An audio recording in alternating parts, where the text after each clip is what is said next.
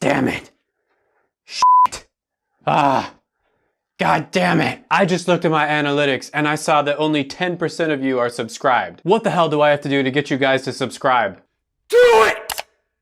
Anyways, here we go. Let's talk about colleges and which ones are actually worth it. What's happening? It's Shane here. So chances are if you clicked on this video, you're interested in knowing if your college or college you're looking at is a good deal. So as we know, many colleges out there are ridiculously overpriced and you're gonna end up paying off your student loans for 20, 30, 40 years before you finally get out of debt. That's a really bad deal. A much better deal, in my opinion, is to always remember within the first 10 seconds of the video to always tap like, just because it helps with the YouTube algorithm and I really appreciate it. And I've talked about this a lot before, but it's almost always a good idea to save as much money as you can when it comes to going into a college. The average student is graduating with $30,000 to $40,000 of debt, and by the time you pay it off, sometimes it's actually double that. So in this video, I'm gonna go over some colleges that are really good value deals, and I'm also gonna go over how you can find the best value college for your specific situation. Number 10 on the list is going to be Baruch College, and I know I'm probably saying that wrong. It's probably like Baruch or something like that. But the average net cost of Baruch is going to be around $11,473. Now Baruch is a college in New York City, so it has a really nice prime location, and a lot of the other colleges in New York City cost ridiculous amount of money,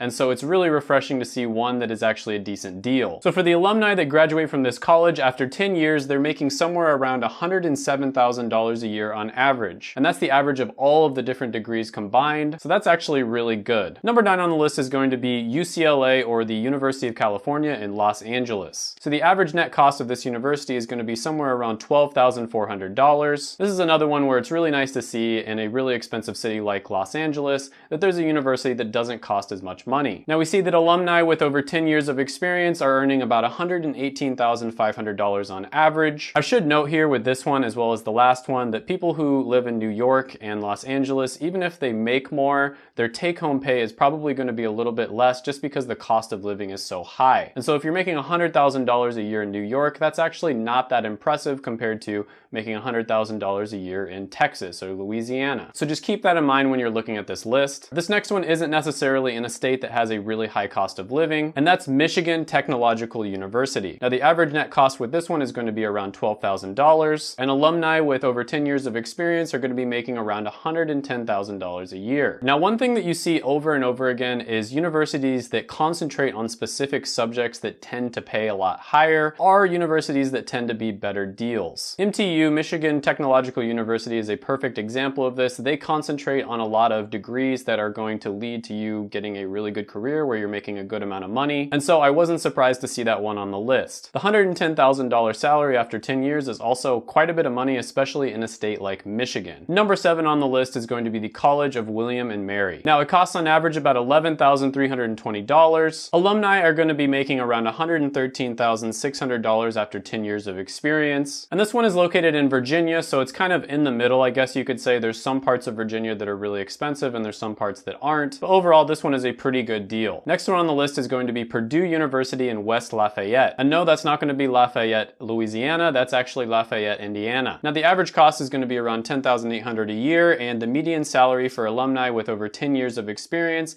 is going to be $105,800. Now as you can imagine, that $105,000 goes a long ways, especially in Indiana, and so that is a very nice salary for just everybody who graduates from the university to have. Number 5 on the list is going to be the Georgia Institute of Technology, and this is another one that focuses on technology. The average cost is going to be somewhere around $12,200 a year, and the median salary for alumni with 10 years of experience is going to be somewhere around $131,000 a year. Now obviously that median salary is extremely high, one of the highest on the entire list, and again, the reason for that is because they generally stick to the degrees that only pay really well. Now additionally, having a salary like that, $131,000 a year, is going to be really good in a state like Georgia where the cost of living isn't that high. Number 4 on the list is going to be the University of Michigan at Ann Arbor, and this is one of the most popular universities in the entire country. It's also a really good deal because the average net cost is going to be somewhere around $10,000 a year. And for that, the median salary of alumni with over 10 years of experience is going to be $107,900. That is really good, especially considering the fact that Michigan is one of the best public universities in terms of your education.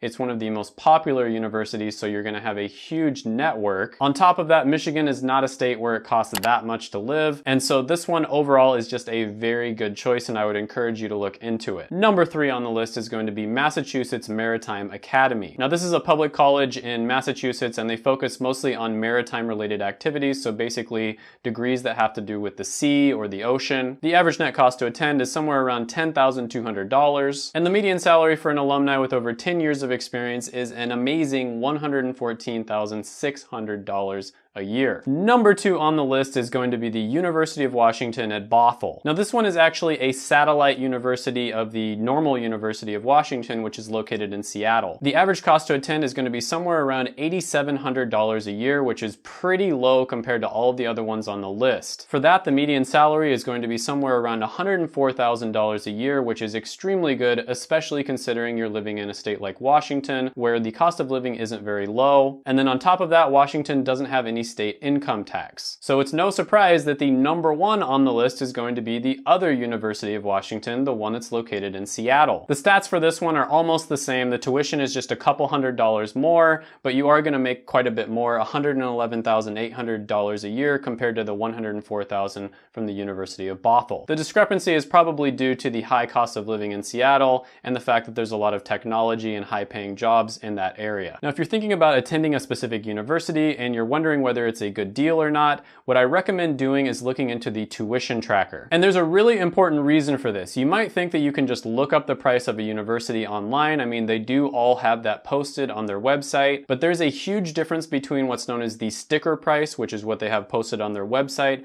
and what students actually pay. So for the purposes of this video, I just had it as the median income bracket, so people who make around $48,000 to $75,000 a year, or rather their family makes that much. But different universities are going to vary a lot depending on how many scholarships they offer, what kind of assistance they offer, the grants they offer, how much your family makes. They can adjust the tuition based on that. There's so many different variables, so the sticker price and the actual price are often way different. There are some colleges that won't help you out at all, and so the sticker price is the entire price of the college itself. There are other colleges where they might have a sticker price of $20,000 a year and you end up only paying about $8,000. This is a hugely confusing process, and that's why it's so important that you do your research up front and you look both of them up so that you can compare them. This is a tool that will also give you the retention rates of different schools, which is basically how many of the students that started off actually ended up finishing their entire degree at that school. This is generally considered to be a very good indicator of the quality of the school itself. For instance, the number 1 on this list, the University of Washington, has a 94% retention rate, and that 94% retention rate is well above the national average. Now, I've talked about this a lot before, but I am a huge fan of going to a community college for the first 2 years and then transferring those credits that you got from the community college to a state school. Out of the 4 big options, community college, state school, nonprofit, and for-profit universities, those 2, the first ones, are by far the cheapest. And out of those 2, community college is of course going to be cheaper. And a lot of the time, community colleges actually give better education, in my opinion, than state schools and public and private colleges. The reason for this is because the class size is generally a lot smaller, and the professors at community colleges are professors first. Whereas a lot of the time at state schools and private schools, the professors are researchers first and professors second. So just as an example, my first year in college, and I'm not, trying to talk crap on my college, I feel like a lot of them are like this. A lot of my lectures were like 300 people, and I did not feel like I was getting a very good education. A lot of the time they would just read off of the slides. Now, if you do decide to go to the community college route to save some money, which you will save a ton of money if you do that, you do need to make sure that the state school that you're planning on going to accepts the credits from that community college, and that is a very important step in the process. Another thing that you can do to save money on this whole entire process is to actually just finish your degree early. Now, this is an option if you're taking one of the easier degrees. I'm just not going to sugarcoat it at all. Some of the degrees are a lot easier than others. This might not be an option for you, for instance, if you're taking engineering or computer science. In fact, you might have trouble finishing it in 4 years and you might have to take an extra year. But if you're taking an easier degree, I know a lot of people who have finished them in 2.5, sometimes 3 or 3.5 years,